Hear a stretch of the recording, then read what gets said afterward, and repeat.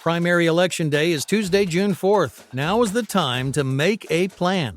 Whether you plan to vote absentee by mail, in person at your county auditor's office before Election Day, or at your polling place on June 4th, it's important you take steps now to make your plan at voterready.iowa.gov. Remember, Election Day is Tuesday, June 4th. Find more info at voterready.iowa.gov. This message is presented by the Iowa Secretary of State.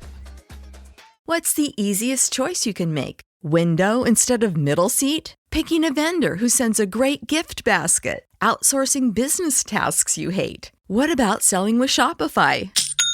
Whether you're selling a little or a lot, Shopify helps you do your thing, however you cha-ching. Shopify is the global commerce platform that helps you sell at every stage of your business. From the launch your online shop stage to the first real-life store stage, all the way to the did we just hit 1 million orders stage. Shopify's there to help you grow. Whether you're selling scented soap or offering outdoor outfits, Shopify helps you sell. Wherever and whatever you're selling, Shopify's got you covered. Sign up for a $1 per month trial period at shopify.com/try. Go to shopify.com/try now to grow your business, no matter what stage you're in. Shopify.com/try.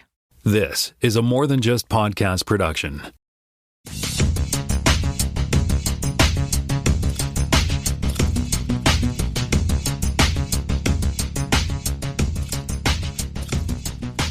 Welcome to Spotcast Season 6, Episode 45. My name is Tim Mitra. I am in Toronto, Ontario, and I'm joined by Jonathan Kuline in Mississauga, Ontario. Hello there, kids.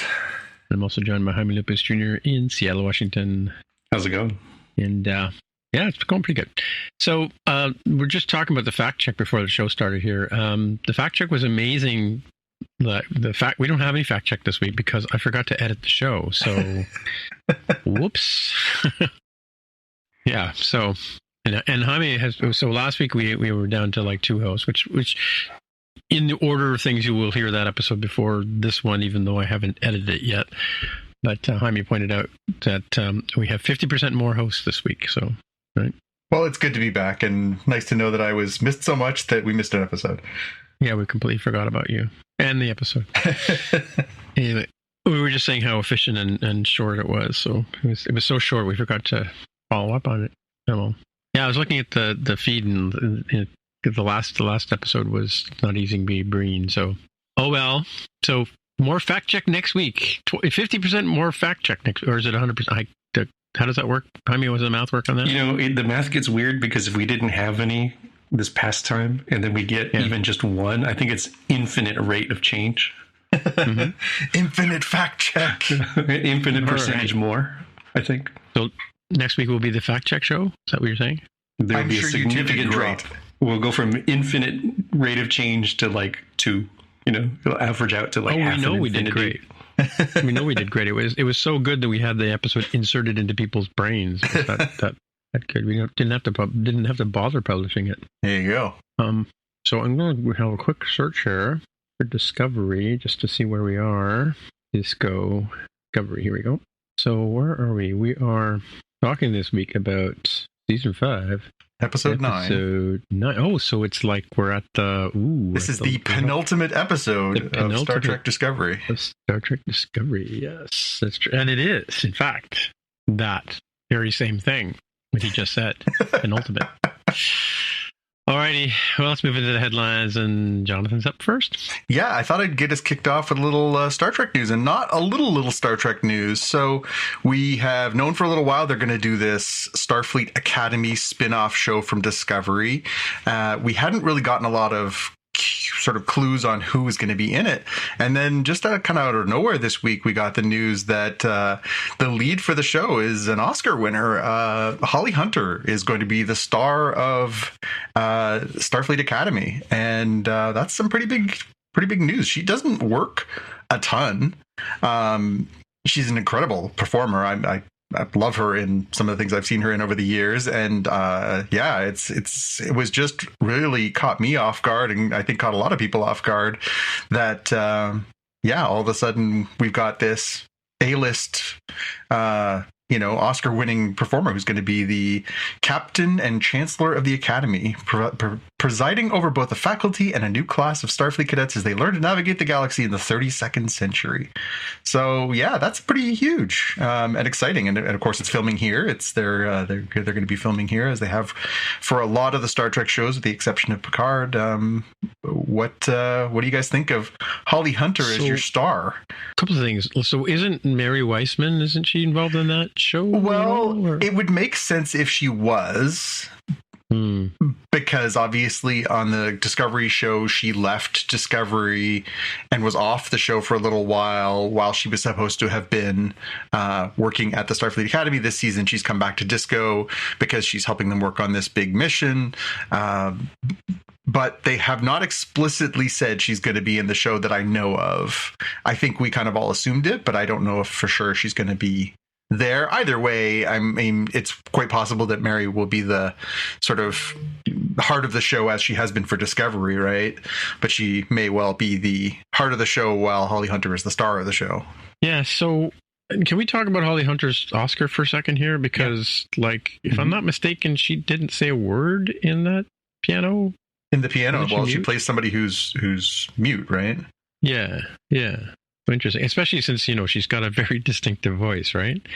She does. I've never watched that movie. I don't know if you've ever seen it, but I have not seen all of the piano. I've seen some of the piano, but she is in one of my favorite movies, which is Broadcast News.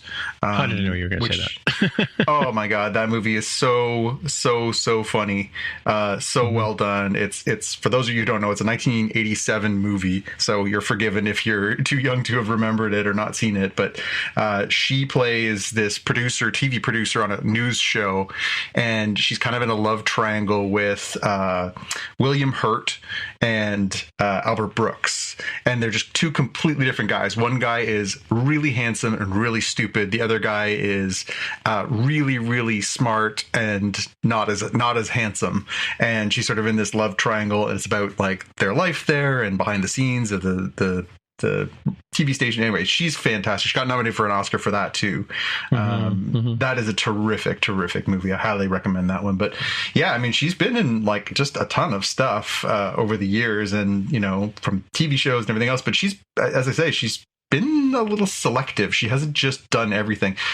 Where most people will actually know her from, her probably most famous role, which is hilarious, is, in spite of the fact that she won an Oscar for other things, is she's Mrs. Incredible in The Incredibles. Elastigirl, yeah. Yeah, she's Elastigirl. So, that is it's funny. I mean, you think about Raising Arizona and Broadcast News and the piano and all these great things, but it's probably The Incredibles that she's been exposed to most people for. Well, she mostly recently too, also in Succession, which obviously you two haven't seen her in there, but yeah, if you had been watching, I think season 3 of the Succession, she shows up in there as a lawyer. No, season 2 it looks like. Yeah. Lawyer? No, PR or CEO. I think she was a CEO for a minute in that show.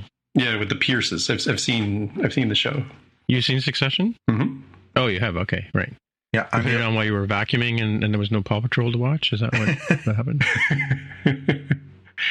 There's only so many of those that they can, put out in any given year. It's all about quality with that series.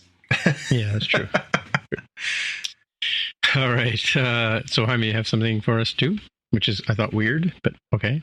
Yeah, I don't understand, and it'll get, into some more of this when we go through some of the Apple TV stuff. But Apple has just weirdly found this lane that says they're just going to make all sorts of science fiction and fantasy type material, including things like this claims to be an adaptation. I don't know if it's reboot. I don't know if it's remake. I don't know if it's continuation of the 1981 Terry Gilliam film Time Bandits. Mm-hmm. This one is starring Lisa Kudrow as presumably Lisa Kudrow herself, because they don't give a character name in the description. But Time Bandits, anybody remember this movie from No, yeah, it's one of my favorite movies. I was going to say, Tim and I remember it very much. So it's Terry Gilliam, right? Yeah. It's a must-watch, I think, for most people I know, most kids I know too, right? So to introduce them to wormholes and supreme beings and and black humor. And black humor and Ian Holm and Yeah. So this one is not a movie. It is a 10-episode series. For folks who don't know, Time Bandits fit that sort of same slot of like on the VHS tapes was probably Willow and Time Bandit and maybe The Neverending Story if it fit. Yeah. I think I saw it. Didn't I see Time Bandits in the theater recently? I think I went and saw it in the theater on a special playing of it. Right. One of my most coveted DVDs of Blu-rays or whatever. Yeah.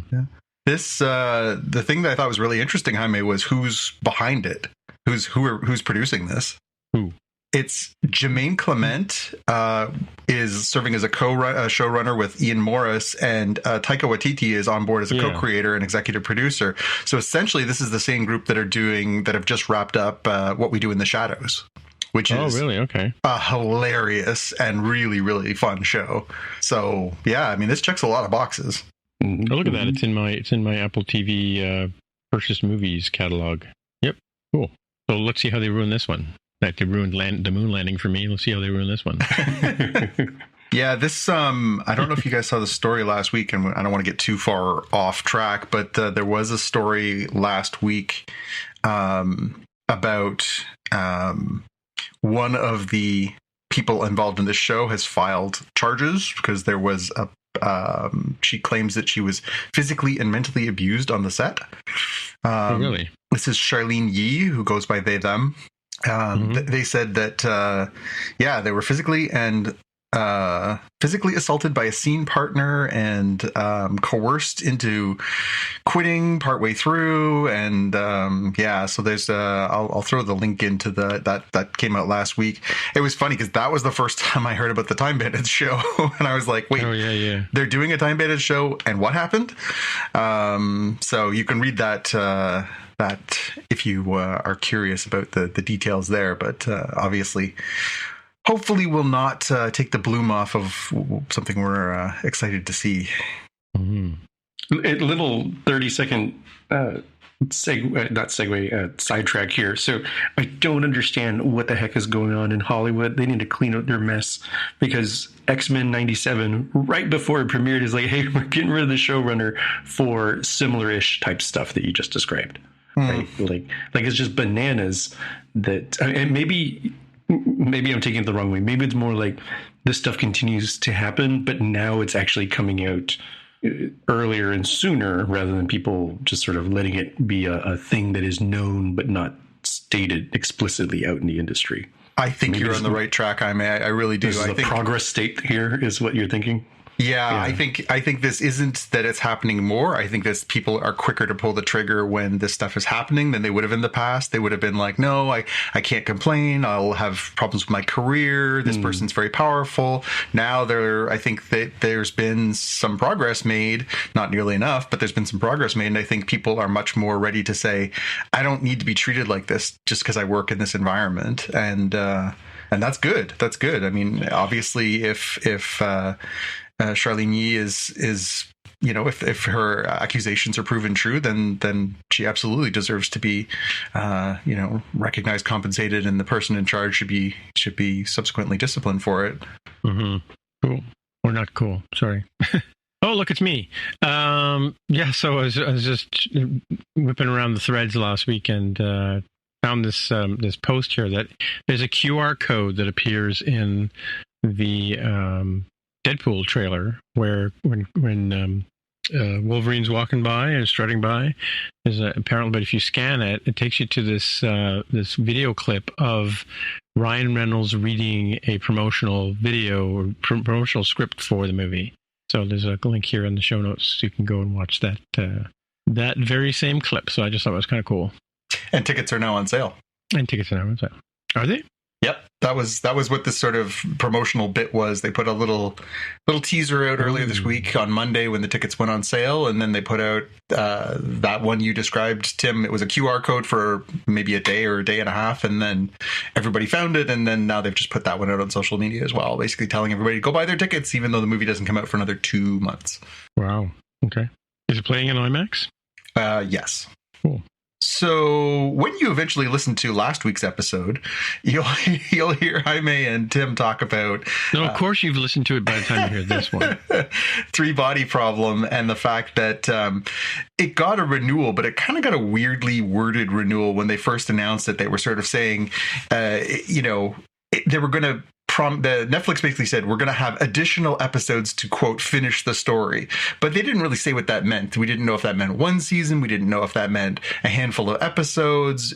David Benioff and Dan Weiss and Alexander Wu, who are running the show, had said, and I heard an interview with them a few months ago where they said, we think it's at least 3 or 4 seasons to finish the entire trilogy of books as a show. And so it was kind of a little in limbo. People were very worried about the wording of that announcement. And this week, we got a little clarity, thank goodness, from them, who they were speaking to The Hollywood Reporter and said, we know how many hours this is going to take, and we know this is going to take seasons, plural. So it sounds like what they've gotten from Netflix is a commitment to do more seasons of this to wrap up the trilogy, which is great news, because I think for those of us that enjoyed the first season, you don't want to see them, trying to jam 2 more books worth plus the stuff they left out of the first book into, 8 more episodes or whatever it is. You want them to have at least what they think they need to tell the story right. So hopefully that can let everybody breathe a little easy. I don't imagine, given the scope of the series, and given that the subsequent seasons are much more sort of sci-fi intense, I think it's probably going to be at least a couple of years before we see seasons 2 and then another couple of years beyond that, season 3. So, but good news. So some live follow-up. Deadpool is available in 3D IMAX and IMAX. So it's kind of like if you want to see it, they should have like an afternoon showing in 3D, and then they have evening showings in not 3D in IMAX. So whatever. And I recently discovered, I went and saw part of my watch list today. We'll be talking about the movie I saw in IMAX. I went to the IMAX at Young Dundas, and it's the worst IMAX theater that I know of, because the screen's big, but you sit way too far away from it, so that like it might as well just be, like a regular size regular movie. Like I don't know why you pay extra money for this particular theater. I saw like Raiders of the Lost Ark there from like the second or last row, and it was like looking at a postage stamp. Anyway, just I digress. But yeah, definitely. But just if you're interested in Deadpool, check out. Tickets are on sale, and yeah, they're already like. Forget first day, because a lot of the regular seating shows seem to be sold out, except for in Mississauga. But oh no, I just leaked that they're available in Mississauga. Shh, don't ruin it for us out here. Anyway, so why you buy the tickets now? A few days anyway, right? By the time the episode comes out, you will already have your tickets. There you go. Good thing we're not live. Yeah, it's not a live stream, so that's totally fine. Okay. Anyway. Next up, we got another trailer drop today, and a fun and funny one. We got our first real trailer for Beetlejuice, the sequel to Beetlejuice. Wait a minute, you can't say it. You just said it 3 times. I did, but maybe those interstitial words will save me from the demonic presence. All right. So we had gotten a teaser trailer. The teaser trailer didn't really have much dialogue or anything, and it just sort of showed you a few sort of scenes. This one, definitely a lot more Michael Keaton back reprising his role, Winona Ryder, and, Jenna Ortega as playing her daughter. And, we definitely get Catherine a little O'Hara. bit. Yeah, Catherine O'Hara. So we definitely get back into that world. And William Dafoe. Yeah, we even got a few Monica Bellucci and Willem Dafoe. Yeah. And it's kind of neat to see a little bit of extra stuff mixed in there, but it looks fun. And I mean, I was a fan of the movie back when it first came out. My wife and I are both big fans of that movie, and I think we were both of the mind that, like, what took you so long? Like, I get you wanted to do, there was rumors for a long time that they were going to do a sequel. This movie came out, 30 plus years ago. It seemed like it was ripe for sequels just because, Michael Keaton was so great in it.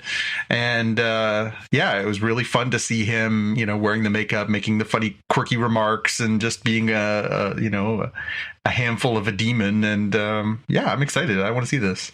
Any thoughts? Yeah, the only thing is missing is Gina Davis and Alec Baldwin. Thin Alec Baldwin, that is. Yeah, I don't know. Who knows? Maybe there's a cameo or who knows what. They haven't, they obviously haven't spoilers. The only thing that they really confirmed in this trailer is they did kill off the dad, which does make sense because that actor it was found to have been he was convicted of some crimes involving photographs of children and stuff. That's Jeffrey Jones, who was the dad in Beetlejuice. He was the principal in Ferris Bueller's Day Off and played a whole bunch of parts in the 80s and 90s. Quite a while ago, he was charged and found guilty of having pictures of children on his computer. So bad. So justifiably, they have killed off that character, and Okay. Cool. Jaime, are you a Beetlejuice fan? Was that before your time, or? And I'm definitely in my wheelhouse, and that's why in this multimedia experience we have here on Spotcast in our Slack group, I said, hey, it's time, just like X-Men 97 continued for the animated series, they need a Beetlejuice 92, because I looked it up and the series ended in 91 for the animated series. I was well into my teens when that came on, the Beetlejuice cartoon series, but I must admit I watched it a handful of times and thought it was quite delightful.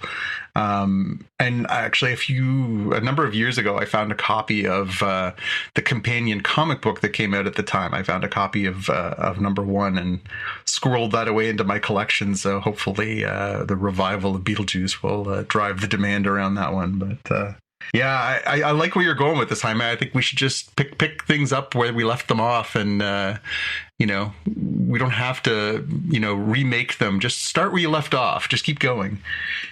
In the case of Beetlejuice, it'll be extra confusing because in the movie, Beetlejuice is definitely an antagonist, right?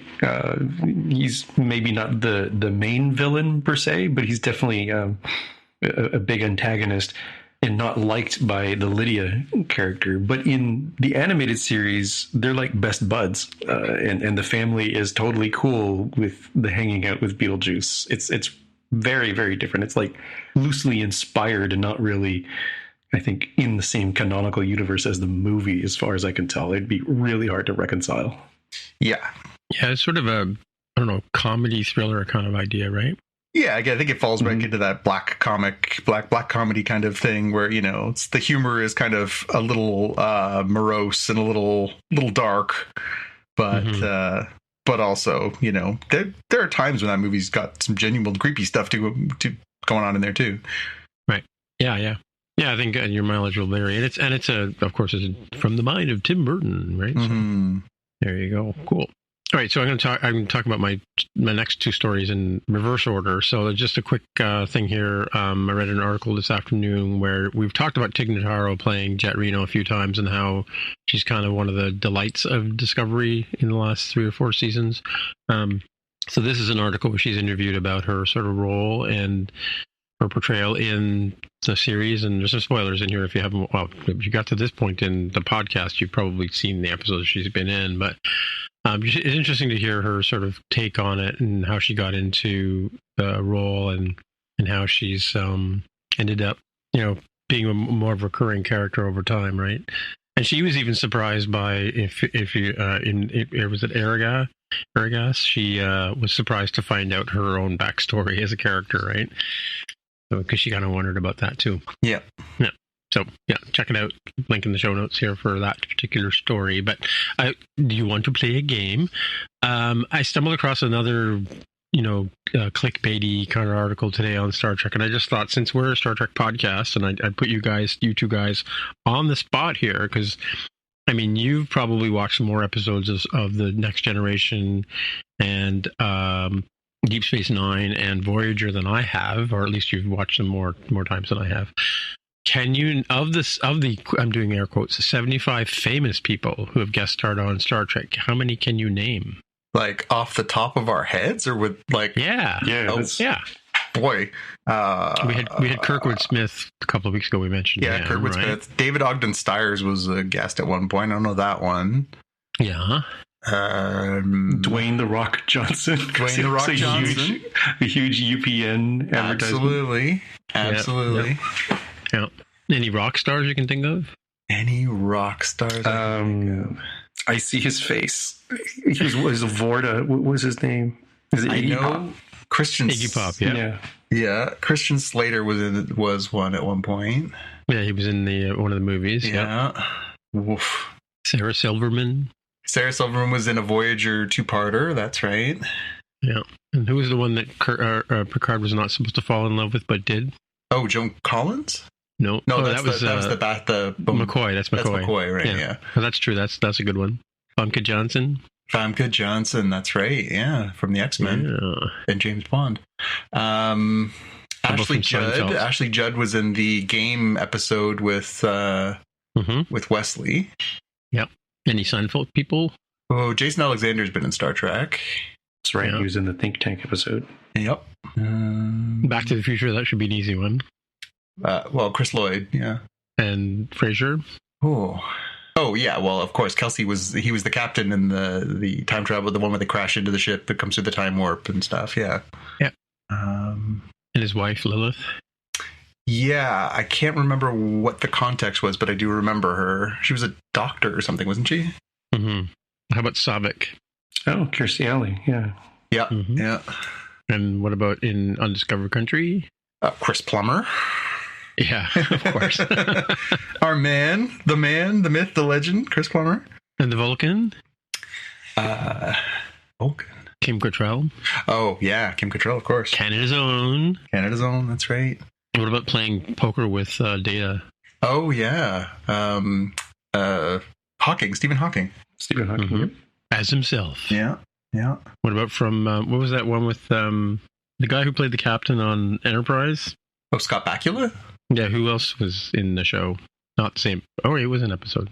Oh, what's his name? Dean Stockwell? Stockwell, yeah.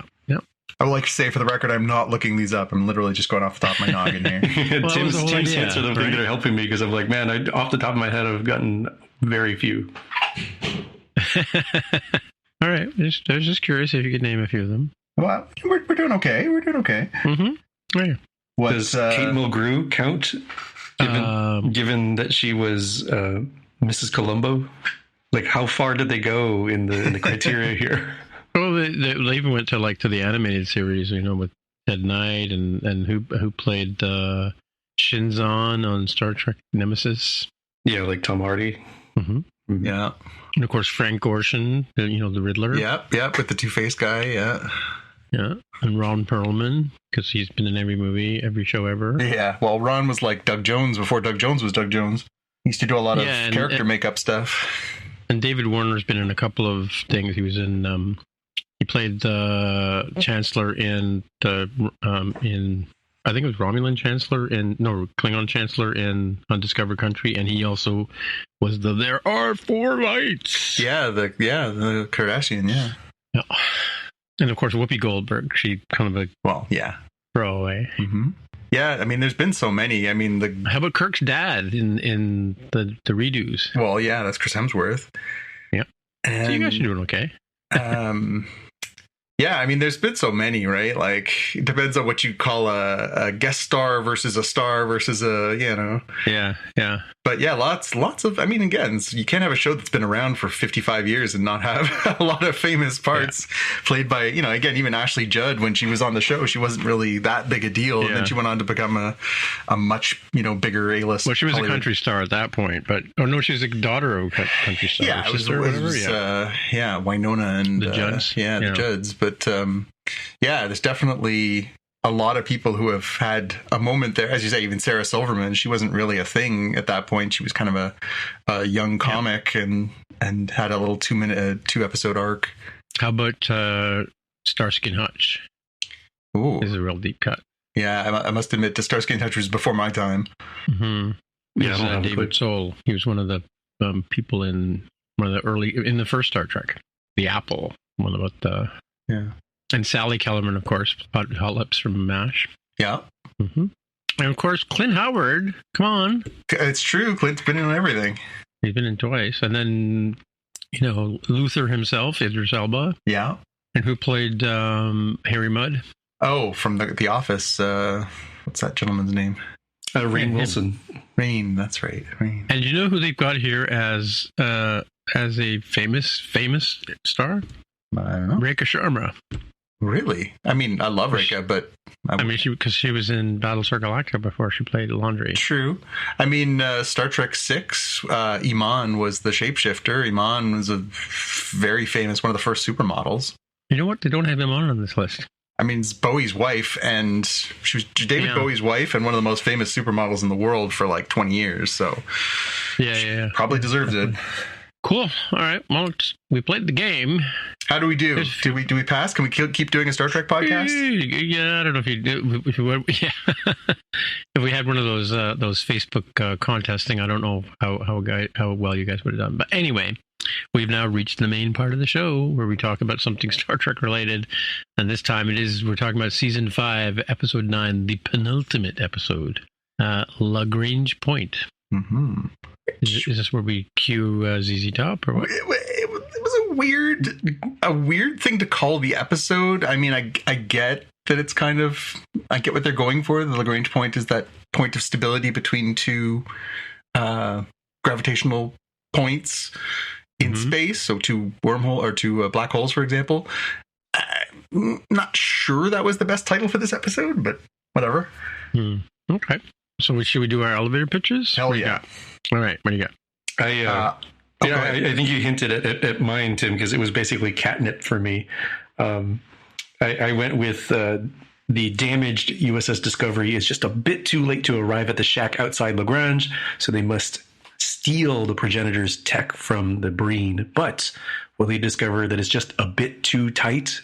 And that was about as close as I could get with my cuts. All right. Tim, you want to sing this one with me? No. Oh, no, you go ahead. Black holes to the left of me, Breen warship to the right. Here I am, stuck in the middle with you. All right. You want to hear mine? Yes. Aren't you a little short for a Breen trooper? Yep. Yep. So, I mean, the one thing I noticed was as soon as these guys put on their uniforms, you got Book in the middle, you got Burnham on this one side, you got Blue on the other one, and you got this other guy, I can't remember his name. You got 4 of them dressed as Breen, and it's like they couldn't be more unmatched in terms of height, and yet every single Breen soldier on the ship so far could be played by the same person. Yeah. Because they were all uniformly tall, right? Well, and it's strange too. It did occur to me, although your point is a really great one. It did occur to me that so Breen are supposed to be like a gaseous or liquid life form, right? That's sort of how we establish, in the past, and we've seen in this season. Why do their uniforms need to be different sizes? Is it like if you are a larger ball of gas, do you need a bigger uniform? I'm not sure I understand. That's what I'm saying though. But on of all the Breens that I've seen on the ship so far, right? Haven't they all been the same size? It looks like it. It really does. Yeah. So, and I was thinking today about the guy who played the uncle. Like, who is that? And was it really the guy in the suit playing the uncle? You know what I mean? Yeah. Yeah, I'm sure it was, but yeah. Because I heard, I saw an interview with Ryan Reynolds. He was interviewed by David Letterman on I think Netflix, right? The In My Next Guest Needs No Introduction series. Mm-hmm. And it is him in the Deadpool suit. Unless he's doing some major backflip thing, in which case it's some other guy. And he says he is doing all the lines, and he has to go back and do the I forget what they call it, where he has ADR. to redo the lines. Yeah, ADR. Yeah. But that is him in the suit. So so he's not taking the full Mandalorian route on this one. Yeah. Get another guy to play the role. Yeah. I think. The whole infiltration of the Breen thing had a lot of holes in it, and one of them came up as one of my maybe this is the question, but Well, before you get there, so this is the I'm always calling up the tropes, right? This is the trope where they impersonate another species by modifying themselves somehow get onto that ship and steal some technology. I mean, like that goes right back to Kirk as dressing up as a Romulan and Spock going and seducing the female captain of the Romulan ship, right, to steal the cloaking device.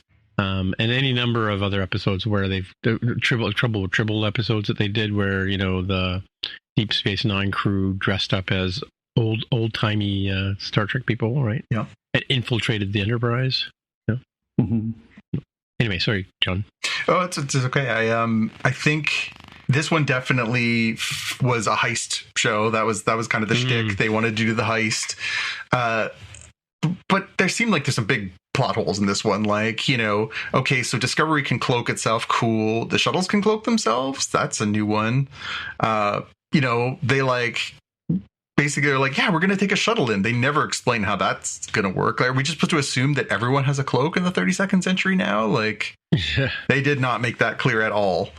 And the whole shtick in the older series was like you couldn't transport when you were cloaked, but somehow they transport out when they're cloaked.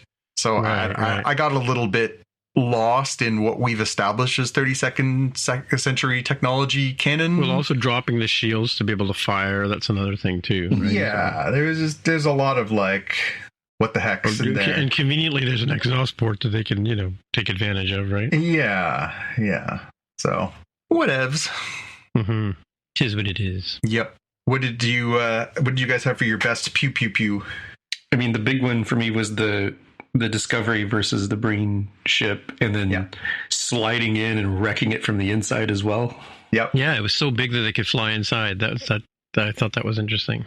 Yeah, although it's funny because I saw that part and then today I was looking at a few blogs and people had the same response. They were like, they went in there so that they could like pew pew pew and dislodge the capsule and then try and get away with it and save the crew. While you're in there, maybe fire like everything you've got inside the Breen ship and maybe stop them completely. Like, is that off the table? Well, isn't that like Independence Day and Phantom Menace? And like, once you're in the hangar, it's Phantom Menace, right? That's what happens at the end of Phantom Menace. Little boy Anakin slides inside and is like, I can't figure out how to use this thing, and he fires a couple of torpedoes and destroys the master ship. Yeah. Same plot line. But, I mean, Phantom Menace stole it from Independence Day, but yeah, same idea. I wish they would get these things a little straight, though. I must admit, I was a little ticked off during that fight because in the last episode and in the previous 2 episodes, they have basically portrayed the Breen as the biggest Star Trek boogeyman of all time. Like, they have these massive ships with these impenetrable shields and these crazy amounts of weapons. And these things are just like, it's the Death Star, but a different shape. And then in this episode, they drop the cloak and they basically take like a suicide run at this thing. And they're like, running and gunning and they're fine. I'm like, those don't add up to me. That doesn't seem like the same thing. Like, they basically made it seem like if we go toe to toe with this thing, it's going to turn us into toast in like 4 seconds in the previous few episodes. And this one, they basically like collision course this thing, and the Breen can't get it together enough to fire one of their incredibly powerful weapons to turn them into a space kebab. Like, come on. Mm-hmm.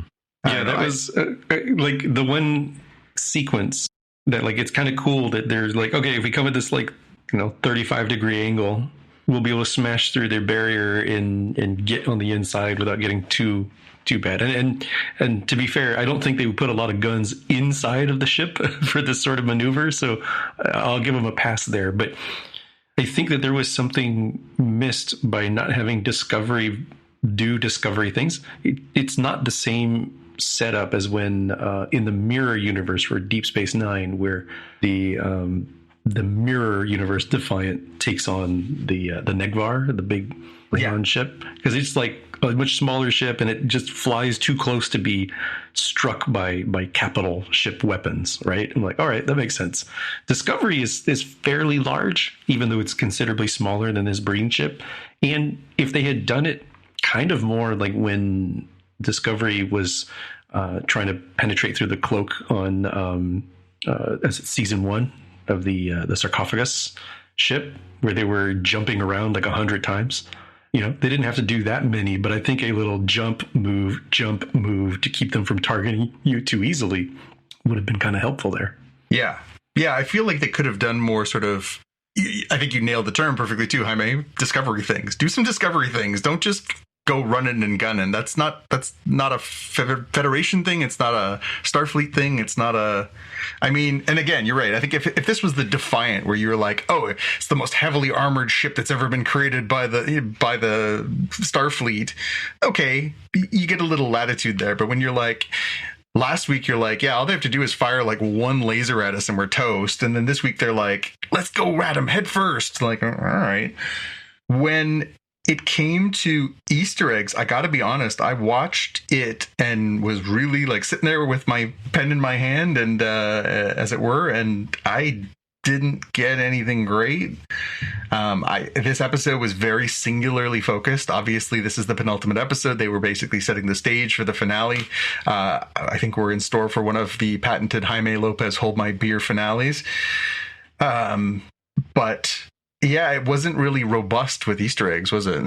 No. And, like I said, just the only one I would call it would be the trope I just mentioned, right? But yeah. No, and they've been doing that all season, and the best of Star Trek. Yeah, and that's good, but yeah, it didn't really. There wasn't like they used an ancient piece of technology or whatever. It just felt like very like, okay, let's just put all the cuteness aside and get this done. Yeah. And this episode was, it had its moments, but it was really just all stage setting, right? Mm-hmm, mm-hmm. Yeah, for Easter egg, the closest I was able to get to, and that was sort of stretching it, was the xenoanthropology background from Michael. It's come up here. Yeah. And my big question, you already hit the nail on the head for me, is how would they wrap things up? And is this going to be another hold my beer moment? Yeah. Yeah, in a similar vein I had for my question was, is everyone going to make it out? Is there going to be a noble sacrifice moment? They've kind of stage set like Saru might sacrifice himself. They kind of hinted at that a little bit this episode, but at the same time, they also have sort of hinted at, oh no, we're all gonna get together and we're gonna have a big wedding. And I'm like, Jesus, if they're gonna try and wrap all this up and have a wedding in the next episode, yeehaw, like. Yeah. Like, could you not? Could you or maybe give me 2 more episodes? Like, or maybe the wedding will be in the movie. Yeah. Mm-hmm. Yeah. And again, it's possible. In the same way that we've had characters in the past who've said like, kill me off, I don't want to be in this anymore. Maybe Doug Jones in his 60s is like, please just kill Saru, because there's no way I'm putting this makeup back on and those shoes and everything else. Like, I'm done. I don't know. But you're right. The thing about it is like, does anybody have to survive? If this is the end of the series, it doesn't really. All bets are off in terms of everybody walking out with unscathed, right? It's true. I don't know. Although it's not a Star Trek tradition, and Well, we talk about sometimes the short-lived and occasionally maligned Enterprise series, right? Killed off one of its fan favorite characters in the final episode, and a lot of people were like, "Hey, you didn't have to do that on your way out the door." But then they felt like they did. They wanted to have some, a moment in that episode that was actually significant. I don't know. I don't know how to feel about whether or not they're going to do something like that in the final episode of this. I don't know if it makes sense for somebody to sacrifice themselves, especially like they've been kind of nipping around the edges of this Book Burnham thing. Are they going to finally get their stuff straightened out? They've kind of had this Stamets, Hugh Culber, Adira thing. You kind of hope that nothing happens to any of them, because again, God, please don't kill any more gay people. But yeah, it'll be interesting to see what in the end how they approach that. If they think that it's more satisfying to have a character's arc end with a tragedy or something like that. Who knows? The other question that I had that I did not write here, but it just has been nagging at me, is so the whole part of this episode is like time. We're really fighting against time. We got to get this thing back. We're running out of time. And they said it like multiple times in this episode, like, "Oh, we're in a rush. We got to get this going. Oh, we're not going to have a lot of time to do this." And then in the midst of that, Burnham pulls Book aside while they're wearing Breen disguises in the Breen ship. Hey, I wanted to have a chat with you. To say, "Hey, I wanted to talk to you about my feelings." I was like, is it just possible that Burnham's terrible at her job? Is it just possible? Like, come on, man. You're the captain. Now, first of all, it's a long time, loophole, plot hole problem in Star Trek that the captain goes on away missions. In reality, in the military, that's never going to happen, right? Like, if these are like space explorers / military, you have a team that goes and does these things. The captain, it's not like, right now they take the USS Indianapolis into the Gulf of Kuwait and are like, okay, now the captain's going to park the boat and then he's going to get off and he's going to lead this mission. Like, that's not a thing. So that's a big problem already. But beyond that, like, be professional. What the hell's going on? Like, how bad are you at your job? It's kind of a, I mean, if you think about it from the point of view of the original series, right? Like the whole William Shatner, banging everything that he can in that series, right? That's just the way TV was back then. Like, stories were written that you had a male hero, the good looking guy kind of thing, and he just makes out with everybody he can, right? That was just sort of Gunsmoke and Bonanza, and it happened in every, Mission Impossible, any Gilligan's Island, even, I suppose. But I mean, well, not really Gilligan's Island, but like that was kind of a thing that just happened, even correct or incorrect or whatever. And it's kind of it's other than Picard, I guess. Well, not even Picard, but it's kind of like been consistently that, and they're trying to move away from that, I think, through different series. But yeah, this one here, like, does it have to be that Michael Burnham has a relationship with anybody? Never mind, anything that moves, right? Like it was with Kirk, right? Yeah. Wow. It's weird. I don't know. I think it's just sort of it's a hangover from the original series. Yeah. It struck me in it was even the episode that they did, I think it was maybe the third episode of this season, the one with Action Saru, where they go down to that planet and they're trying to find one of the clues, and it's just her and Saru, and the drones are chasing them around, stuff like that.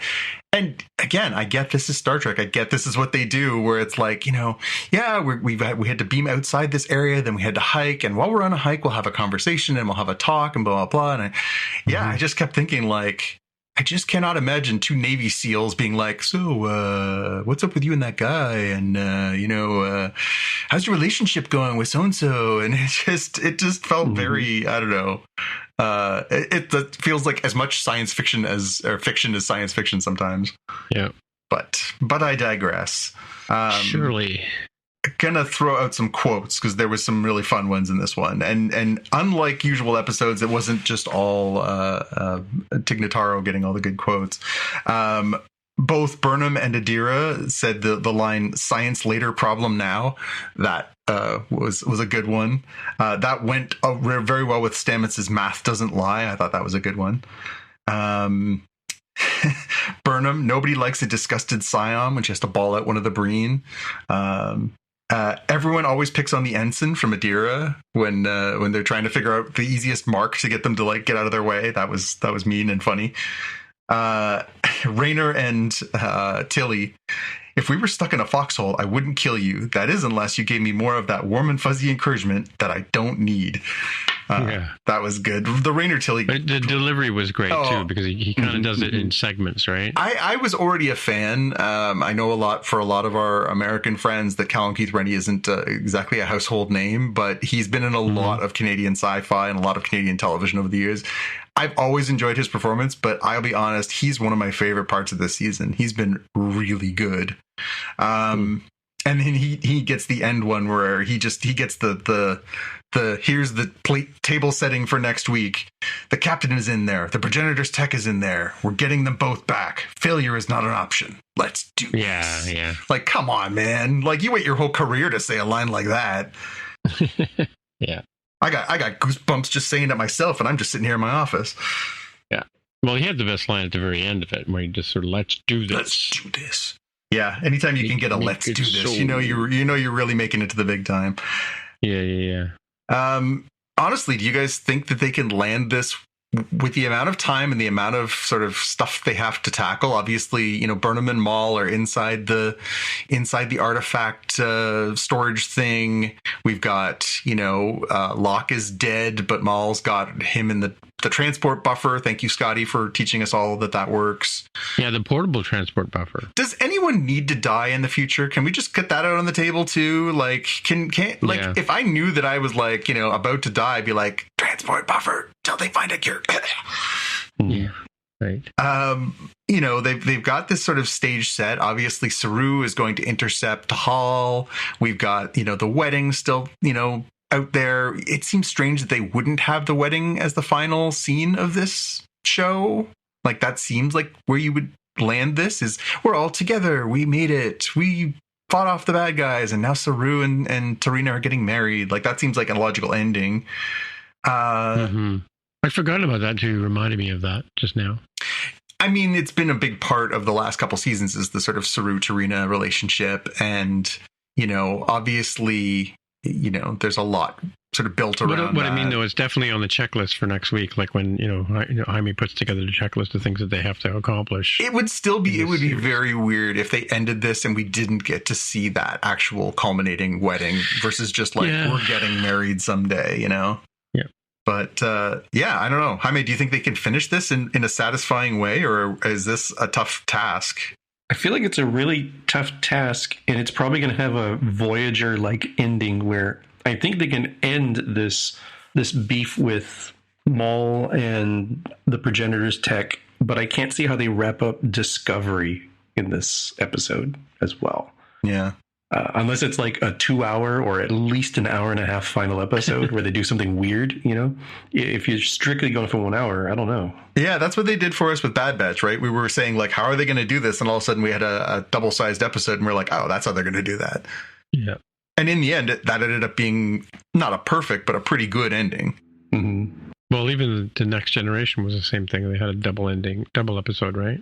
They did. And that is, I still think, one of the high water marks as far as endings. That actually was a pretty good ending for a series. Mm-hmm. Yep. What I'm hoping for most of all, especially in the wake of the Captain Shaw, who I think we all really liked from the Picard series, getting kind of unceremoniously killed. I really hope they don't just kill Raynor, because he was just a one-season character. I really feel like I actually found myself this week thinking, if they're going to spin off Starfleet Academy, I wonder if there's a way to have him and Tilly working together there, because that would be great. Because their chemistry was really on display this week. Those two actors really kind of got a lot of good energy going back and forth. Mm-hmm. And I think it would be a cop-out. I think it would be a cop-out to kill the character you introduced most recently. Right. My only thought was, I wonder if Book sacrifices himself because this is the culmination of his redemption. Well, he's the loss of his species or whatever, right? He is, but then they went out of their way when they went to that archive to show that he had gotten hold of those world roots, right? The ones that create the living ecosystem of his planet. So it could just as easily be his Genesis device, right? Well, that's it. It could just as easily be he dies and then Burnham goes and plants those things, and they call it, new whatever his planet was called. I can't remember off the top of my head, but Quajon. Yeah. Maybe that's how you do that in a somewhat satisfying way. Although, I don't know, feels like he's kind of gotten out of the doghouse a little bit. Yeah. All right. Primary Election Day is Tuesday, June 4th. Now is the time to make a plan. Whether you plan to vote absentee by mail, in person at your county auditor's office before Election Day, or at your polling place on June 4th, it's important you take steps now to make your plan at voterready.iowa.gov. Remember, Election Day is Tuesday, June 4th. Find more info at voterready.iowa.gov. This message is presented by the Iowa Secretary of State.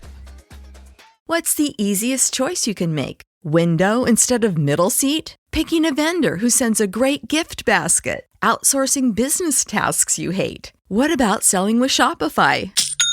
Whether you're selling a little or a lot, Shopify helps you do your thing, however you cha-ching. Shopify is the global commerce platform that helps you sell at every stage of your business. From the launch your online shop stage to the first real-life store stage, all the way to the did we just hit a million orders stage. Shopify's there to help you grow. Whether you're selling scented soap or offering outdoor outfits, Shopify helps you sell. Wherever and whatever you're selling, Shopify's got you covered. Sign up for a $1 per month trial period at shopify.com/try. Go to shopify.com/try now to grow your business, no matter what stage you're in. Shopify.com/try.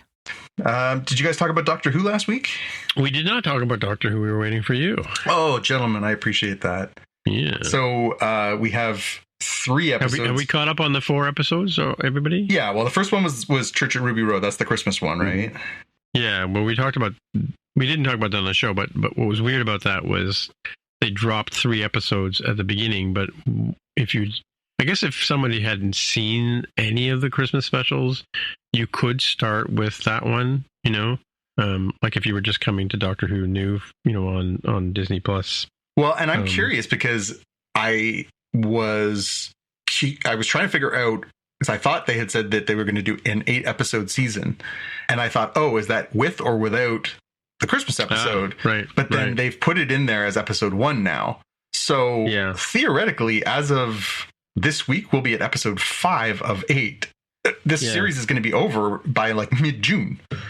But I mean, like British TV seasons generally are pretty short, right? It's true. It's true. It's just, it's funny. Americans are catching up now after post-pandemic. Now we have 10 episodes, or since streaming, I guess, right? Because it's just funny, as you say, if they dropped essentially 3 episodes on the first week, and then another one last week, and another one this week, we're at 5 of 8 already. That's a pretty tight amount of time to have that much content.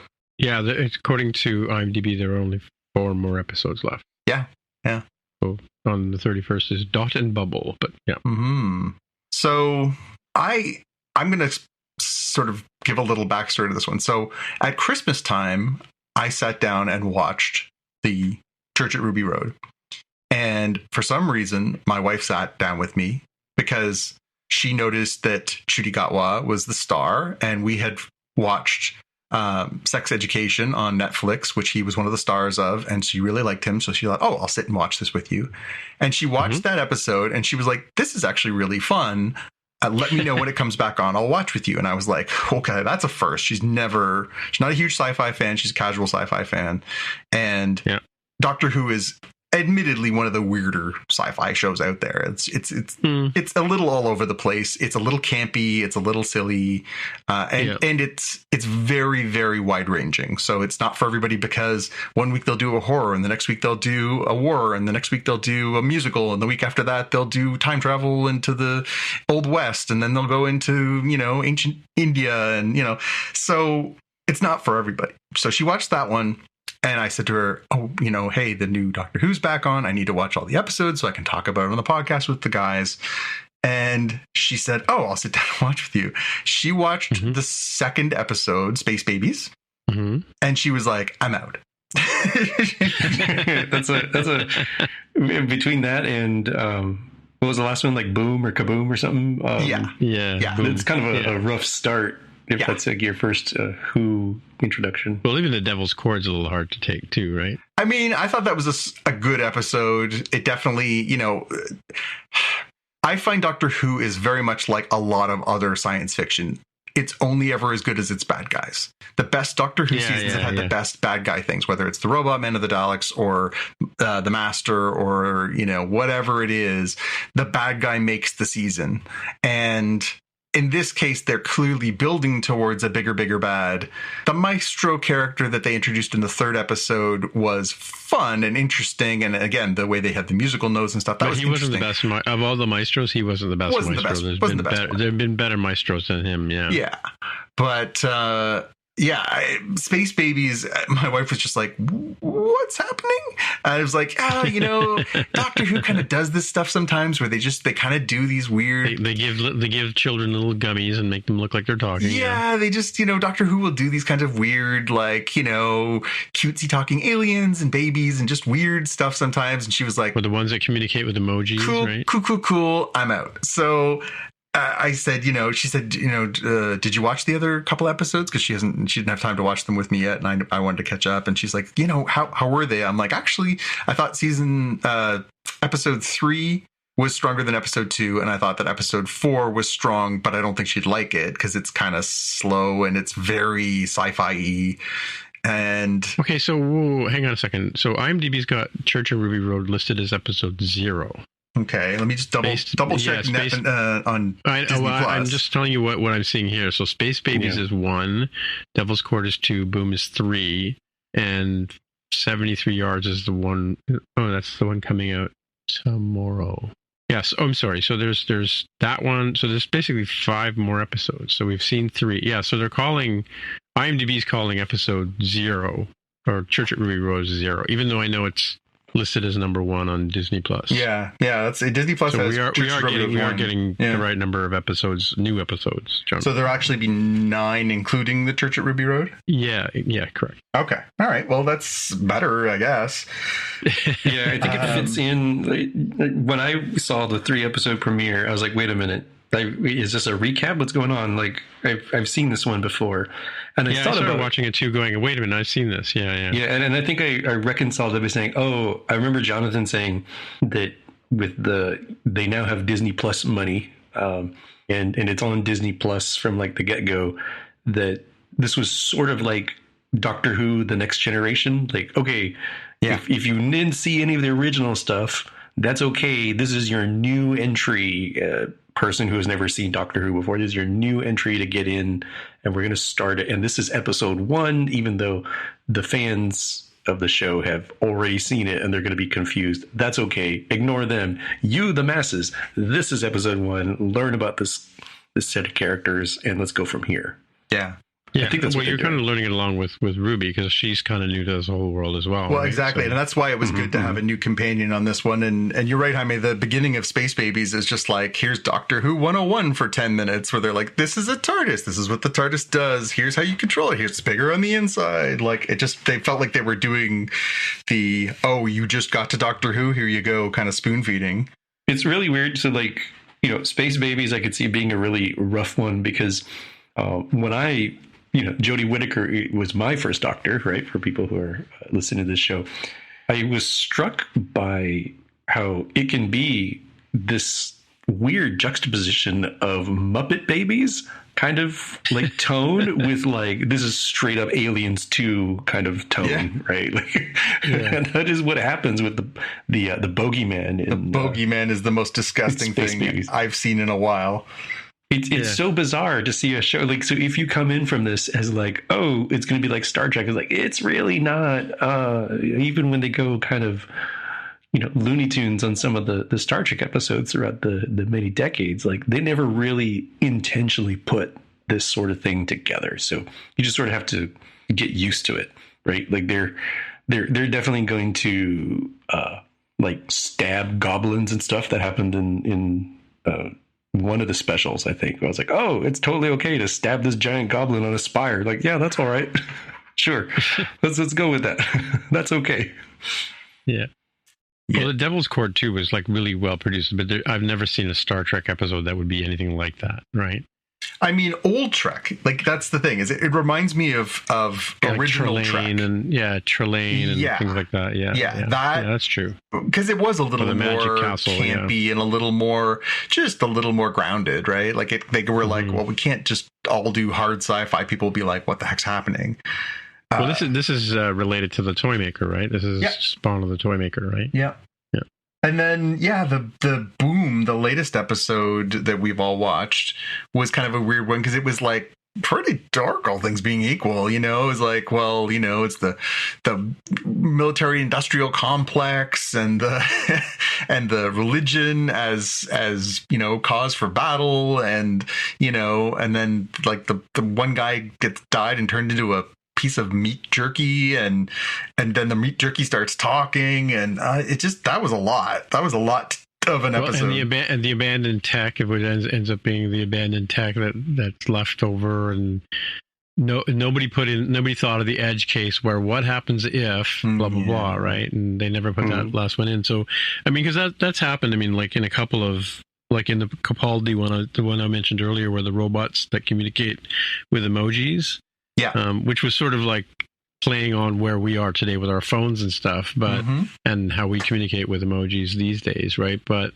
it was an abandoned tech that's sort of taken over, and again, I mean that is sort of a Star Trek trope in that we talked about that a couple of weeks ago where the the Landru episode in the original series, and all these computers behind the big the big styrofoam rocks that you open it up and there's a computer panel in there of some type, and of course they always know how to program them. But I mean that's a pretty common thing in Doctor Who, and Doctor Who's always sort of had it was always a BBC production, so it was never really high budget sci-fi. It was sort of like sci-fi of the time. Yeah. I mean, I in terms of like plot endings, I really like how they ended Bill. The companion Bill. Spoiler. I'm not going to spoil it for people who haven't seen that series with Capaldi, but because I thought that that was like an unexpected ending, and it doesn't really resolve itself, right? Because it that's how Bill ends up is how Bill ends up, right? Yeah. Sort of thing, right? Yeah. I mean, they've only actually killed off one companion in the history of Doctor Who, right? That was way back when. Yeah. Well, they kind of killed a more recent one, but not really. Yeah, I mean, the toy makers seem to make it really clear, like, well, that's all right then, is for like the pile of bodies that was implied to me, at the very least. Feels like more than one is my point. Fewer than 100, more than one. Yeah, cool.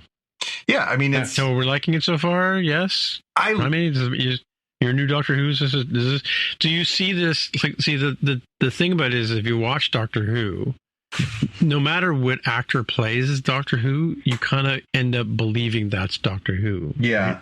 Mm-hmm. Like, in your mind, Jaime, could you see this as the same entity as Jodie Whittaker?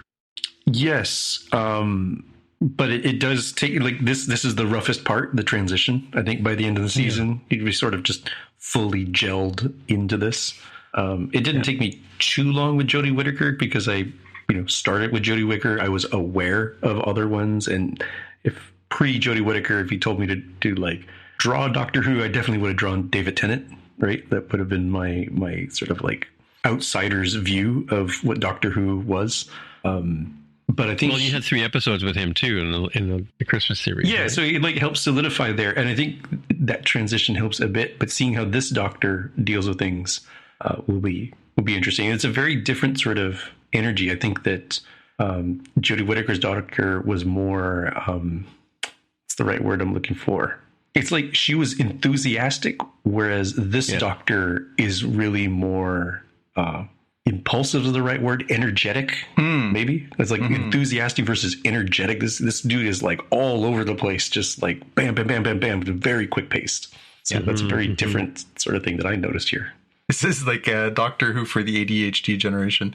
I agree, but I think that's the thing I like about him, and the same thing I liked about Jodie versus some of the Doctors before was I like the energy. I like the sort of frenetic sort of. I like that about Tennant. I like that about Jodie Whittaker, and I really like that about Judy. Is they have this just sort of like, my mind is so full of experiences and ideas that it just sometimes just percolates through in words before I can even get my thoughts organized. And, I start moving in different directions because I'm going to do a thing, but I can't remember which I should do first. And I like the energy that he brings to it.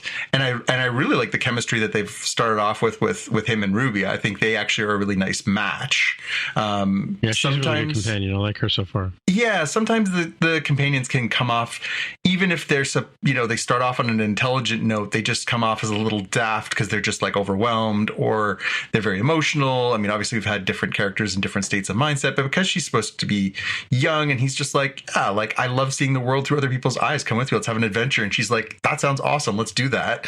Like, I don't know. It just has a really good energy so far. They're both just inarguably attractive and charming, and that makes for a lot.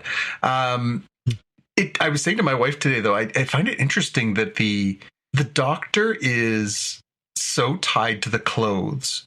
The doctor has a look and a uniform, as it were. Yep. And so far, we've had 4 episodes and 4 outfits. 4 or 5 outfits for the doctor. He changes in the 3rd episode.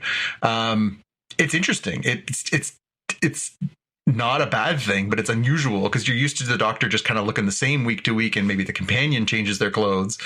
It's weird to have a doctor who's like, it's gross to wear the same clothes all the time.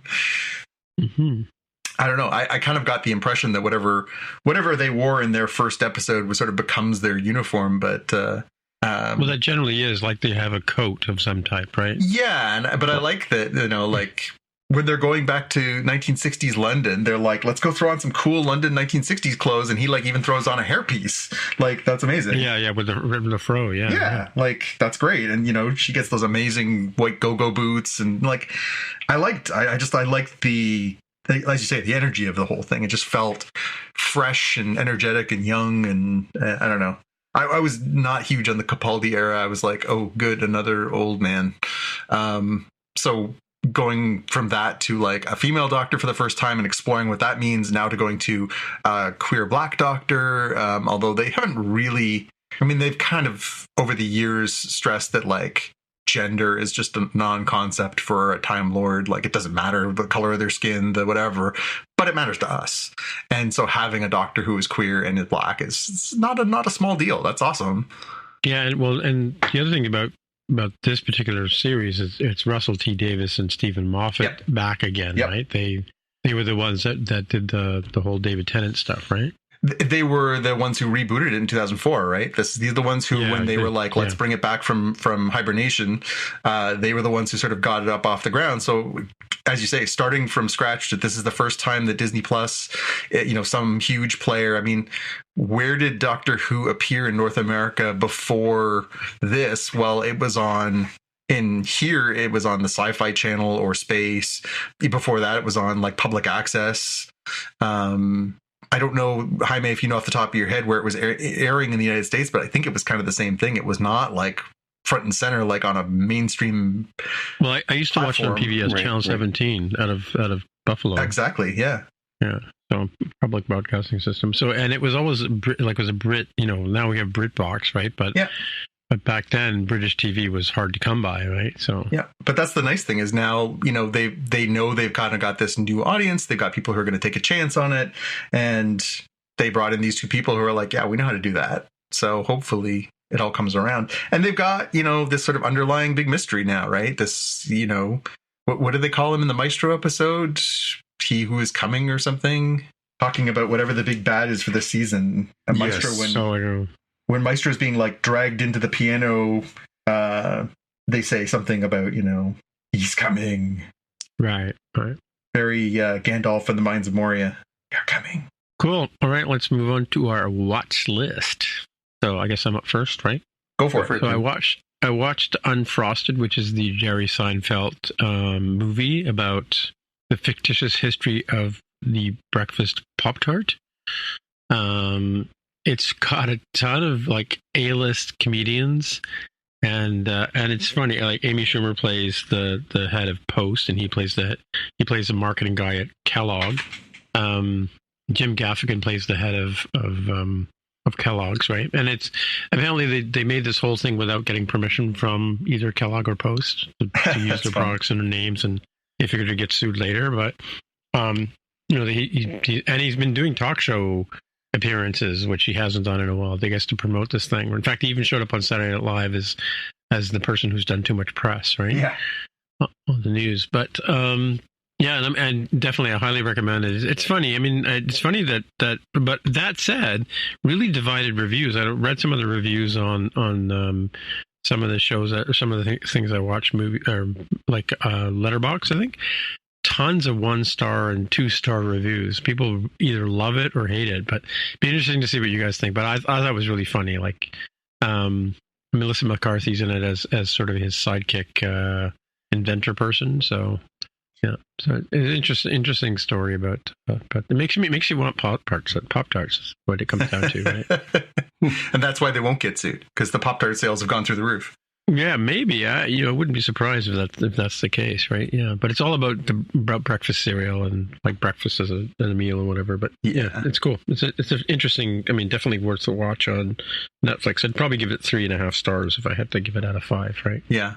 Yeah, I'm definitely going to watch that at some point. It looks, like you say, it's just every part is played by somebody. And I know that there's some really cool cameos and stuff like that. So that is enough to get me into it. But I mean, like the title screen at the end where they introduce they mention all the characters, and it goes on for quite a while. Yeah. Because you know how there's usually the starring so-and-so, and then they have the featuring blah, blah, blah, blah, blah. And then at the end, they have the and for the big names, you know? Mm-hmm.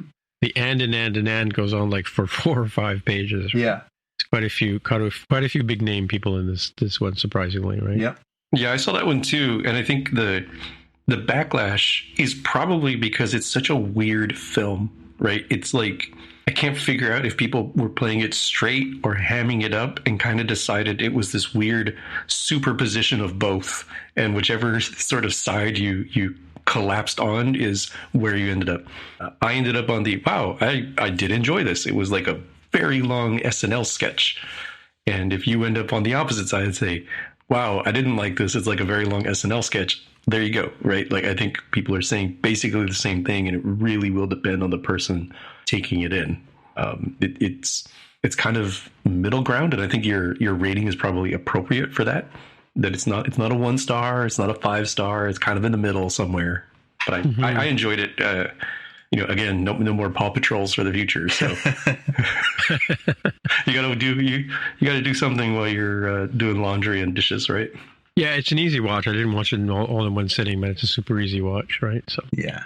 And I know that there's, outside of the show, the movie itself, I know there was a little bit of pushback too.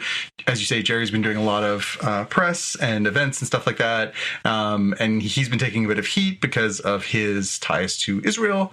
And so there's been a little bit of backlash with younger viewers who are much more vocal about people who have ties to Israel, given the state of affairs in the world right now. So I know that has been a bit of a backlash as well. So I think that might have been some of the reason for some of the negativity as well. Yeah, that's a whole debate we don't want to get into. Nope, but we'll just we'll leave it at that for this show. What else you got, Tim? Yeah. So I also wanted to see. As you know, I'm a Planet of the Apes fan. There have been a few flops in the remakes. Marky Mark, for example. But was it Marky Mark? It was. Yeah, I guess it was Marky Mark. Yeah. Yeah. In the Tim Burton redo, which was a little hard to take, but then again, it was a Tim Burton movie. What do you expect, right? This whole sort of anti-circus, started off with James Franco and John Lithgow and Andy Serkis doing the origin story of Caesar, who's now grown, went through 3 or 4 different iterations. The last one was a little hard to take with the Woody Harrelson character. Yeah, the War for the Planet of the Apes. Yeah.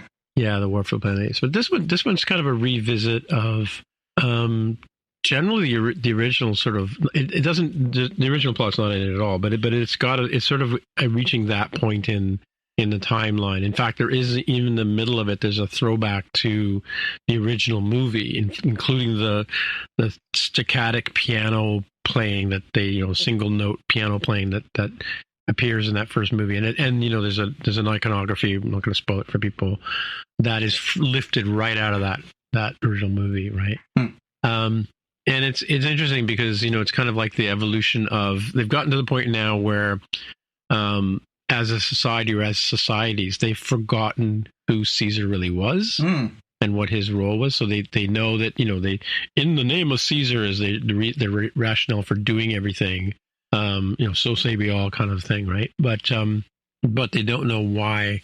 they've lost the sort of connection to who Caesar was, right, and what his role in where they are today, kind of thing, right? But yeah, but I wanted to see it in IMAX because to get the big screen experience. Unfortunately, the theater I went to, as I mentioned earlier, I normally would sit at the back row of a IMAX theater or up high. I bought my last couple of movies I've seen there. I've sat in row J, which is like the 10th row, and I'm beginning to think you need to sit almost not quite at the front, but near closer to the front to get that whole peripheral, encompassing view of it, right? So, but yeah, it was a surprisingly good movie. I thought, like it was right up there with. I enjoyed it as much as I would have enjoyed, not quite like an Avengers kind of thing, but better than most movies. I would watch it again when it comes out on whatever streaming service it comes out on. I think it might be Disney, I guess, right? I'll watch it again. Yeah, it definitely was a good movie. So I really enjoyed it. Highly recommend it. If you're into the apes and you want to, big bet. And it's funny because there's not a lot of suspend disbelief either, like this. Like the things that happen in it are pretty kind of cool. So, yep. And some good portrayals. William H. Macy plays a human, and there's a young lady who plays a human, and they're really good in it. So, and then the big bad, actually, the big bad is an actor from Thunder Bay, Ontario, Canada's own. And as soon as I say his name, you'll know who I mean. But he's like one of those, that guy, Lorne Green. Lorne Green. Isn't he one from Winnipeg or something? Yeah, I can't remember which city Lorne is from. But so Owen Teague plays Noah. I don't know who that is. Kevin Durant plays the big Proximus Caesar. Huh. Yeah, I don't know who Peter Macon, but he plays the big angry General Ape dude, right? So yeah, it's really well done. I mean, yeah, highly recommend it. Good story. I mean, like better than any Avatar I've seen. So Lorne Green, born in Ottawa. Ottawa. Okay, well, not quite the same place, right? Okay, my pick for this week is Dark Matter. Not to be confused with the other Dark Matter. This is a new Dark Matter that is a different matter than that matter. So Dark Matter. So it hasn't been canceled yet? That's the important That's question. The important part. Well, it's an Apple TV Plus show, so hopefully it's got a little bankroll behind it. But so this is a weird one because there's a famous show on when was that? It was like 10 years ago, Tim, it started, called Dark Matter. That was a series that people watched. As Tim mentioned, it was canceled. People were ticked off about that one. It did have a cult audience. For some reason, even though I get this is named after a novel that came out in 2016, they decided to keep it named Dark Matter. It is just as confusing. If you try and search Dark Matter, you may need to be specific and say Dark Matter 2024 TV show Apple TV Plus. But this series started a couple weeks ago on Apple TV Plus. It is somewhere between science fiction, thriller, mystery. It stars Joel Edgerton. No, I get that one. Joel Edgerton and Jennifer Connelly and Alice Braga. The basic premise is that there's a guy. He's kind of a little bit like the character in Breaking Bad. He's made some choices. He's made some sacrifices. He's a teacher. He's not really loving his life, but he likes his life. He's happy. He's got a lovely wife and a son, and things are okay. Some of the people that he was in school with have gone on to great successful things. One night when he's on his way home, he gets kidnapped by a mysterious person in a mask, and he is basically, taken prisoner into this place. He gets knocked out, and when he wakes up, everything seems to have changed. He doesn't know, like, his house is changed, even though he still lives there. His wife isn't there. His kid is gone. The furniture's all changed. He doesn't know what's going on. He goes to school and nobody there recognizes him. He goes to his local bar. Nobody knows who he is. And so his whole world gets turned upside down. It's a really good sort of like, what the heck happened? And, within the first episode, we sort of realized that what's happened is basically he's been taken out of his world and taken to a different multiverse place where that's not his world, and the other person has switched places with him. And so the series basically is following these two versions of this character, Jason, played by Joel Edgerton, who is trying to figure, well, the one Jason is trying to figure out how to get back to his world, while the other Jason is basically infiltrating his world and trying to sort of take over his life and do that. Jennifer Connelly plays his wife in the, we'll call it regular world, and then plays somebody that he knows in the other world. And it's, again, very sciencey, very sort of science fiction-y, very mystery-y. And so there are 4 episodes in now. I think it's a 9-episode series or 8-episode series. But it's great. It's really enjoyable. Jennifer Connelly's still really, really great. I come and go on Joel Edgerton. I find sometimes I really enjoy his work, and sometimes I'm like, it's a little boring. But he was really good. People who are like, who the heck is that? That's the guy who played Uncle Owen, the young Uncle Owen in the Star Wars prequels. He was in one of the Terminator movies, I want to say. Yeah, he's kind of been in a bunch of stuff. You know him if you see him, but you're not like, I know that guy, I love that guy. You're like, I know that guy, I don't know where I know him from. Yeah, it's a really interesting premise, and the execution is good. It's pretty dark, so I wouldn't say this is for everyone. Like, if you don't mind your sci-fi with a little bit, it's right in the title, Dark Matter. It's true. It's true. If you don't mind your science fiction with a bit of a dark edge, people die and not in pleasant ways. It can be a little grim, but it's an interesting mystery, and just watching these sort of parallel stories and. I mean, we've been inundated with multiversal kind of stories over the last 10 years. This one is one that is kind of an interesting take on it, because it's that whole, what if the choices you made, even if they seem mundane, are what somebody else covets, is an interesting premise. So, yeah, I'm about halfway through, and I would say it's a really interesting watch. It's Disney Plus, it's Apple TV Plus, so it's got really good production value. It's got like really good high quality acting. It looks great, and yeah, well worth a watch. Recommend. So before I get just a bit of fact check on the Ape movie, the Peter Malcolm plays the orangutan advisor in that one. One of the good guys, and Eka Darville plays the evil general dude, right? Whatever. I did start watching Dark Matter, and then I realized I had to finish up Succession or something like that, or just I had too much work to do in the last couple of weeks. But I have it queued up. I've watched like a second of it, so my Apple TV thinks I want to continue watching it. So I will definitely get into that one for sure. Yeah. Yeah, no, I mean, we've talked about Apple TV Plus is kind of positioning itself as a great place for prestige sci-fi, and this continues the streak. Yeah. Off the edge of Foundation and Silo and some of the other stuff that they put out. It's really good. And you did remind me, sorry, before Jaime jumps in. I also have been watching episodes of Shogun, which, of course, as you know, a lot of it's in Japanese, so there's a lot of reading involved, right? Which is not my favorite thing, but because I have to, like, if I listen to them speak in Japanese, but I'm not looking at the words, I'm like, oh, and then I go, but I want to go back and figure out what they said, right? Yeah. So keep having to hit the rewind button on the thing. But the episode I just watched, which I think is the 3rd or 4th episode, you reminded me of it when you talked about the grim deaths, because it's almost like, for a Disney show, which was surprising, it's almost like not quite as bad as Three Body Problem, but pretty bad. Yeah.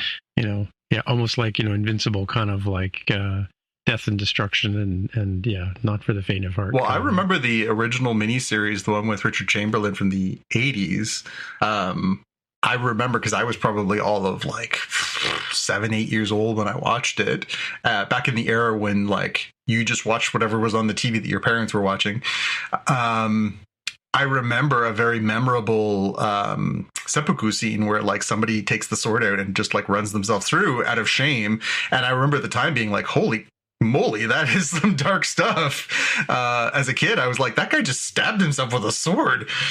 Well, so far they've been doing the Quentin Tarantino thing where you see somebody swinging the sword and you hear the sound, but you don't get to see the actual decapitation or whatever. But in this last one, somebody fires a cannon at a guy on a horse. That's what I want to say.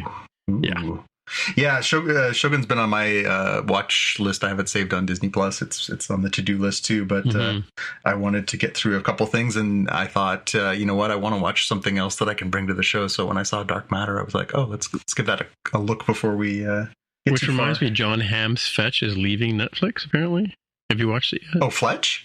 Yeah, I saw it when it came out. I you know me, I'm a big Gregory McDonald's, the author. I have all his books. So, I really liked. I thought he was a great Fletch. I think he was much more true to the book character than Chevy Chase ever was. So, cool. I wish they'd do more. Over to you. Yes.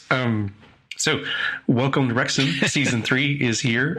They're like a few episodes in, but that's okay. It's more about the journey than it is about getting to some particular end. So, I don't have a ton to add here other than, if you enjoyed the first couple of seasons of watching Rob McElhenney and Ryan Reynolds, put together a whole ownership of Wrexham AFC, the soccer or football club, if you prefer. It's fun. It's actually kind of interesting to see the behind the scenes of all of the stuff that goes on beyond just the actual games themselves. And it's really not about the games per se, for folks who might be wondering. They will cover some games, but it's really more about what does the impact of the game. Oh, this person got injured. This person isn't performing well. We're going to have to cut them. But we got to see their spouse and their kids. And, well, it sucks to be you. It's a business. We have to win. And, that sort of thing. It's more about the drama around everything than it is about the sport itself per se. And the city of town, village, I forget what they are. The people of Wrexham are a big part of the show as well. I think worth a watch if people haven't seen it. Yeah, and to follow up on that, I just watched I mentioned earlier, the Ryan Reynolds episode with David Letterman, which was good because they cover some of the Wrexham stuff as well. That's backstory. Cool. Well, I guess that's it for another week. So, hey, Jonathan, people are in touch with you. Where would they find you? You can find me on the Twitter, and the Instagram is at GPK News, or on YouTube at youtube.com/@JPK. And Jaime, if people are in touch with you, where would they find you? I'm on Twitter as @DevOfTheHair. All right. And my name is Timitra, TIMMITRA, on the Threads machine, the Mastodon machine, what are they calling it this week? X?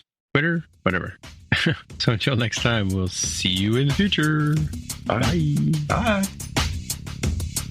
You've been listening to the Spotcast podcast. If you want to find out more about the podcast or see the episode show notes, visit the Spotcast website at spotcast.com.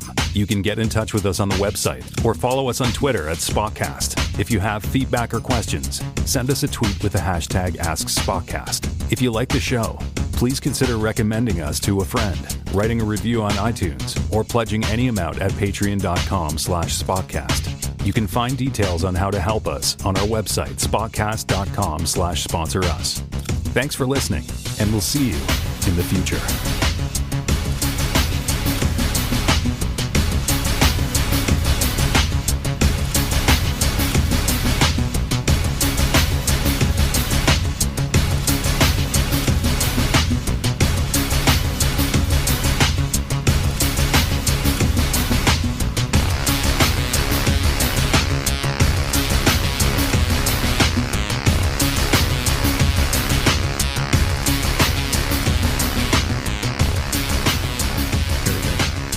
See Furiosa? I didn't get a follow-up from Xavier.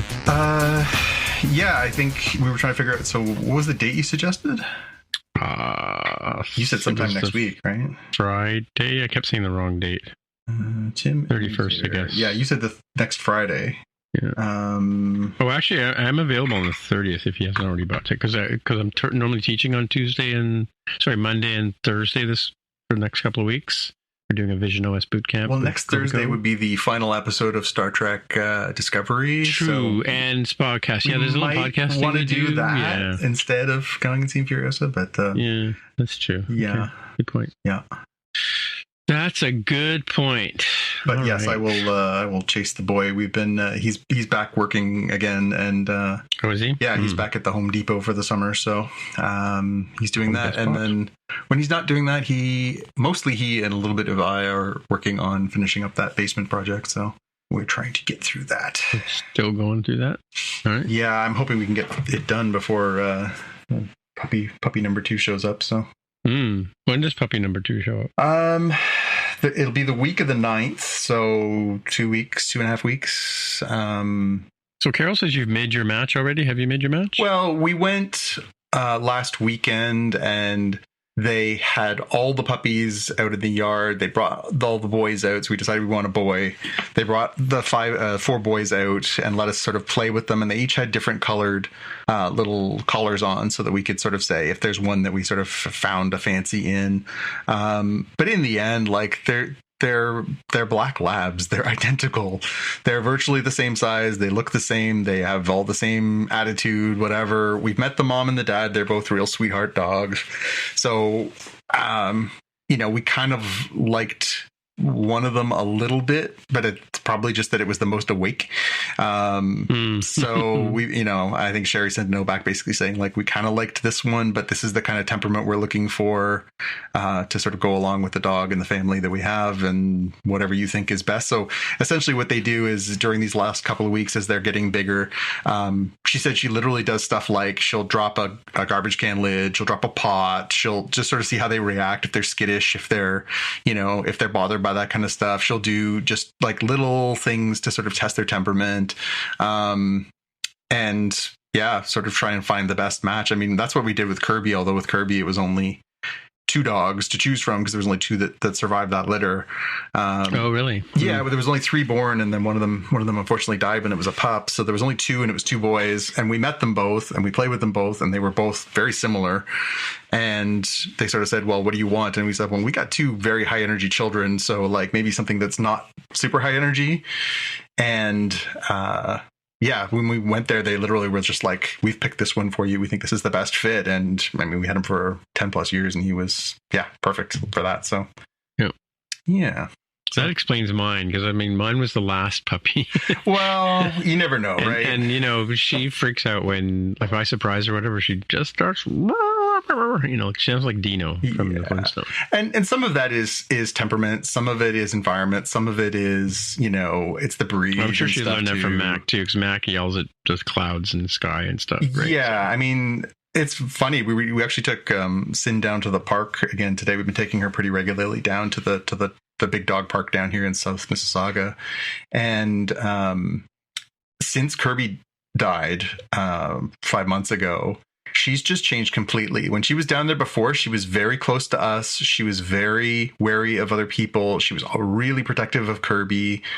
And then when we started taking her by herself, she's just come more and more and more out of her shell. And like today, like strange people were coming up and like, hey, can I pet your dog? And we're like, well, you can try.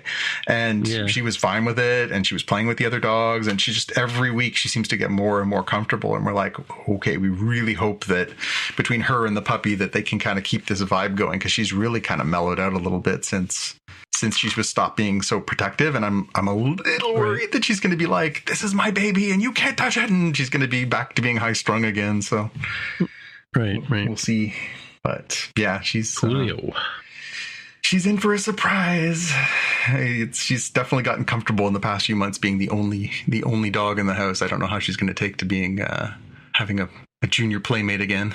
Although she's okay with she likes Sorsha. She likes her a lot, but then she also, like we've seen every time you guys have brought her over, by the time they've been together for 4 or 5 hours, like, enough already. She's like, you get away from me, I want to bite you in the face. So I imagine she'll be something like that with the puppy too for the first little while. When does it go home? And then eventually she'll realize it's not going home, and hopefully it just settles in. But yeah. Well, I mean, Sorsha kind of picks on Mac, right? Like, I guess like Sintra used to do with Kirby, right? Yeah, she used to just nip at him. Yeah, she used to want to try and get him going. But then again, for both the older dogs, it's not a bad thing. They need to get off their asses and go do stuff. So that's not the worst thing in the world. But yeah, it's exciting. Well, we were at the park today, and I called Mac, and Mac will do, like, he'll start running towards you, and you go, well, what am I running for? Yeah. I think all of us can appreciate that now as we get further and further away from our youth. Like, okay, maybe I'll just walk quickly. Yeah, maybe I don't need to actually run over there. Maybe I could just do it like a soft trot. How about that? Yeah. How old is Pollo now, Jaime? He is 11. 11. Wow. They live a long time, don't they, Chihuahuas? I think it's like like the 15-ish years. Like they can last maybe close to 20, but I don't think 20 is usual for them. Yeah. I mean, I've basically heard the adage that, little dogs live longer, bigger the dog, like shorter the lifespan, right? I know people have had like Great Danes and stuff. They only live like 8-9 years. I was a little disappointed. I mean, again, I obviously loved Kirby with all my heart, but I was just kind of a little disappointed. He didn't make it quite 11 years. I was like 12, 13, but how old was Priscilla? Priscilla was like 17 or something. She lived a long life too, but again, she was a little smaller. She wasn't like a lab sized or anything either. So, but I mean, we see sometimes high strung though. We'll see dogs in the park because there's basically two dog parks side by side down in South Mississauga. There's one that's like this huge walking trail with open fields and stuff like that, and there's one that's like this smaller penned in area for the puppies and smaller dogs and stuff like that. And Sin is just kind of right on the cusp of what's okay to be in there. So we've gone in there a few times because she's only 34 pounds, and we'll see some dogs in there and be like, "How old is your dog?" Like it looks really old, and they're like, 17 but still spry. I'm like, okay. Like, sure. Yeah. You see a 17-year-old lab and they like carrying it around in a wagon. Yep. All right, well, I will talk to the kid about the Furiosa stuff. Jaime, are you gonna go see Furiosa in the theater? Not sure. That's a good question. It seems like it's doing pretty good in the review so far. I saw a couple things, a few people sort of say, well, it's, it's not quite as, great as Fury Road, but it's still pretty cool. And it's, it's nothing more than you kind of expect it to be, which is just like an origin story. I'm like, yeah, but an origin story with like George Miller's visuals and, truck races and craziness, like that sounds awesome. So I'm pretty down. It's out already? I believe today is the day it drops. Oh, okay. Yeah. So. Oh, right. Okay. Yeah. So it's opening this weekend, in other words. Yeah. Right? Yeah. I think like tonight's the night. Cool. So, yeah, we'll get there. Yeah, there's another reason why I wanted to see the King of the Apes before it went away from IMAX. Yeah, I think tonight, actually, yesterday was the last day you could see it in IMAX. Okay. I think, Furiosa takes over. Yeah. Yep. Cool. Yeah. Alrighty. All right. Guess I better go, I don't know, watch an episode of Dark Matter. I recommend. It's good stuff. Or Shogun or edit a podcast. I don't know. Yeah. Not sure. One of those things. Maybe two. Maybe two. All right. Maybe I'll edit 2 podcasts this week. Who knows? Maybe like a 1-2 punch kind of thing, there you right? Go. You gotta be careful though, because people will like, the way it works is people will listen to the latest episode first, right? So it's true. You got to make sure you drop them in the right order. Yeah. So hopefully, and I don't know how many people make it to the after show here, but make sure you listen to this one second. Yes, that please. All right. Talk to you next week, guys. Talk to you later. Okay, bye. Bye. Primary Election Day is Tuesday, June 4th. Now is the time to make a plan. Whether you plan to vote absentee by mail, in person at your county auditor's office before Election Day, or at your polling place on June 4th, it's important you take steps now to make your plan at voterready.iowa.gov. Remember, Election Day is Tuesday, June 4th. Find more info at voterready.iowa.gov. This message is presented by the Iowa Secretary of State.